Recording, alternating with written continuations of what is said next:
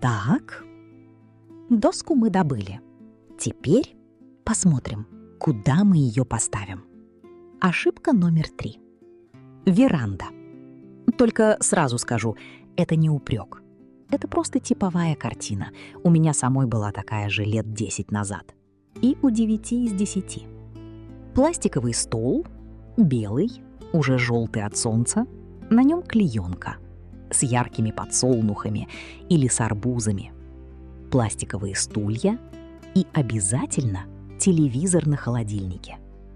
Я не смеюсь, просто давайте теперь по-другому. Шаг 1. Клеенку снимаем. Если хочется защиту стола, берем лен. Серо-бежевый, без рисунка.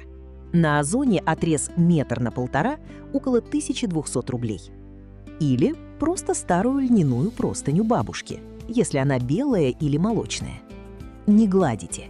Складки – это достоинство, а не дефект. Шаг 2. Пластиковые стулья прячем на зиму, не выбрасываем. Достаем с чердака деревянные. Если есть венский стул, а в каждой второй советской квартире был, красим его. Не лаком, меловой краской, цвет темный кофе или графит. Банка пол-литра от 400 рублей на Озоне и Wildberries. И сразу обязательный финишный шаг, без которого вся работа летит. Меловая краска сама по себе мягкая, она и есть мел. Без защиты на улице или на полузакрытой веранде через сезон поплывет пятнами. Поэтому сверху полиакриловый лак с UV-защитой в 2 тонких слоя. Бренд Энни Слоун, который придумал меловую краску, выпускает его специально. Называется Chalk Paint Lacquer. Российские аналоги – водный акриловый лак для наружных работ. Банка от 300 рублей. И главное – полное отвердевание идет 14 дней. Покрасили, прошли лаком и 2 недели не садимся, не ставим горячее, не моем. Иначе зря все. Это не мое правило. Это прямая инструкция производителя. Шаг 3. Главный. Достаем из сарая советский буфет. Тот, который дочь сказала выкинуть. Тот, в котором стоит сервиз, который вам жалко. И вот тут остановитесь на секунду. Посмотрите на этот буфет не как на старую мебель. Посмотрите на него как на наследство. Мы его не реставрируем. Мы возвращаем ему достоинство. Это разные вещи. Реставрация — это работа, а возвращение достоинства — это благодарность. И если буфет совсем темный и давит, красите его той же меловой краской, в молочный или в пыльно-голубой. И обязательно тем же лаком сверху, помним. Внутри полок обои с мелким растительным рисунком, на обойный клей. 1,5 погонных метра обоев – 200 рублей. Меняйте ручки на керамические или на латунные. 5 ручек – около 750 рублей на Озоне. И буфет, который собирались выкинуть, становится главным предметом веранды, к которому теперь притягивается взгляд и от которого перестает быть видно, холодильник с телевизором, который мы пока никуда не убрали. Это народный прием. Не двигаем мебель, двигаем внимание. Буфет – постоянный герой английских журналов о загородной жизни последние 1,5 десятилетия. Англичане называют его Welsh Dresser – валлийский буфет. В Country Living и House and Garden он появляется на каждом 2-м развороте кухонной рубрики. На английских антикварных аукционах Bonhams буфеты XIX века уходят за 1200-3600 фунтов. Один южно-уэльский высокий буфет в Честере ушел за 3642 фунта. А ваш стоит в сарае. И теперь то, чего никто не любит, но без чего все, что мы сделали, через год превратится в труху. Технический блок.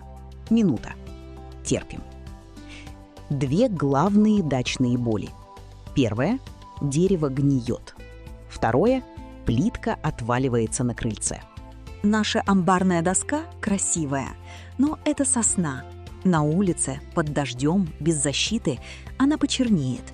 Не в тот черный, в гнилой. За год. Тот благородный черный, который мы получили уксусом, без масла превратится через год в гнилой черный. Это разные черные. Поэтому берете масло Pinatex Wood and Terrace Oil, литр в Lemana Pro 414 рублей. Проверила сегодня на сайте, в наличии. В технической карте производителя прямая цитата: «Для наружных работ рекомендуется для промасливания террас, площадок, лестниц, садовой мебели, скамеек, беседок, окон, дверей». То есть именно под наш случай. Если в магазине Pinatex не нашли, Тикурила Валти Террас Йолю. Соседняя полка, та же категория, рублей на 50 дороже. Обе марки одной школы. Доску перед маслом высушить. Не сырую, не свежеокрашенную. Через сутки после уксуса. Наносите в 2 слоя. Кистью вдоль волокон. Перерыв между слоями 12 часов, полное высыхание сутки. Литра хватает на 10-12 квадратов.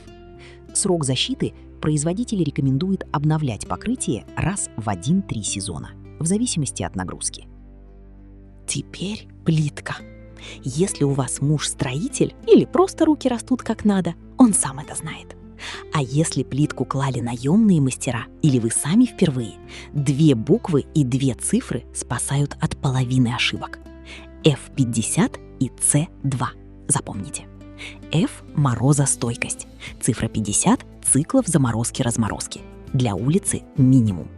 C2 – это плиточный клей наружный, по европейскому стандарту. Сцепление в 2 раза выше обычного. На улицу нельзя класть глазурованную напольную плитку, ту, что блестит. Зимой вода попадает в микротрещины глазури, замерзает и рвет ее изнутри. Нужен матовый керамогранит F50 и клей C2. В Lemana Pro квадратный метр от 670 рублей. Если у вас уже отваливается, не подклеивайте. Снимайте, проверяйте основание. Основание должно быть прочным, чистым и сухим. Если остался старый клей, счищать до бетона. И кладите правильную плитку с правильным клеем. 1 раз. Это и есть та экспертность, которая отличает работу мастера за 50 тысяч от вашей собственной работы за 10. Знать, что покупать. Так, считаем. Полная смета. Краска для столбиков – 700. 3 куста дерена – 1950. Уличный фонарь – 900. Гирлянда на 10 метров – 900. 5 оцинкованных ведер из сарая – 0 рублей. Уксус и стальная вата – 400. Лен на стол – 1200. Меловая краска и ручки для буфета – 1150. Лак для меловой краски – 350. Масло Pinatex – 414. Итого 7964 рубля. Поставьте на паузу и сфоткайте этот список. С ним в магазине не забудете ничего. Премиум-ландшафтная студия в Подмосковье за тот же результат от 400 тысяч. Разница в 43 раза. И сразу по-честному. Все цены на момент съемки. К моменту, как вы это смотрите, что-то могло подорожать или подешеветь, это нормально. Я называю марки, чтобы вы понимали, что искать, но в любом магазине рядом с домом есть аналог. Главное – принцип. Принцип сработает с любой маркой. Так, 5 ошибок я разобрала. А теперь ваш ход. Какая из этих 5 бесит вас на даче больше всего? Профлист – пишите 1. Грядки-могилки – 2. Цветной пластик – 3. Гниющее дерево – 4. Отваливающаяся плитка – 5. Просто цифра в комментариях. Пишите, обсудим ваши идеи. Мне правда важно знать, что у вас получается и что не получается тоже. И еще один вопрос. Зрители прошлых роликов просили подробнее про веранду. Если наберем 50 «да» в комментариях, сделаю отдельный ролик. Только веранда, только переделки. До и после. И еще. Кто из вас готов взяться хотя бы за одну из этих 5 в ближайшие выходные? Напишите слово «начинаю». В закрепленном комментарии я положу чек-лист. Что купить, в каком порядке, какие 5 ошибок не делать поверх ошибок. Без воды. На 1 страницу. И последнее. Самое важное из всего, что я сегодня сказала. Вначале я обещала вам 1 дача, 2 состояния. Вот они. Слева то, на что вы смотрите сейчас и говорите «Эх, надо бы ремонт». Справа то, что у вас будет за месяц по выходным. И знаете, что в этом всем самое главное? Ни одна из 5 замен не требует мастера. Ни одна не требует сноса, штрабления, бетономешалки или разрешения.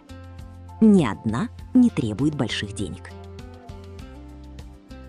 То ведро, за которое на Chairish и Etsy просят до $260, у вас в сарае. Тот буфет, который дочь хочет выкинуть, постоянный герой западных кухонь последние 1,5 десятилетия. Та доска, которая дешево выглядит, становится амбарной, если знать 1 стакан уксуса. Дача — это не про деньги. Это про внимание. И вы умеете обращать внимание на правильные вещи, иначе бы не досмотрели до этой минуты. И если вы сегодня почувствовали, что ваш старый буфет или серая доска достойны новой жизни, мы только начали. В следующем ролике соберем все в единую картину веранды. И покажу технику броширования, ту, после которой обычная сосновая доска выглядит как столетний дуб. Без морилки, без покраски, только огонь и щетка. До встречи!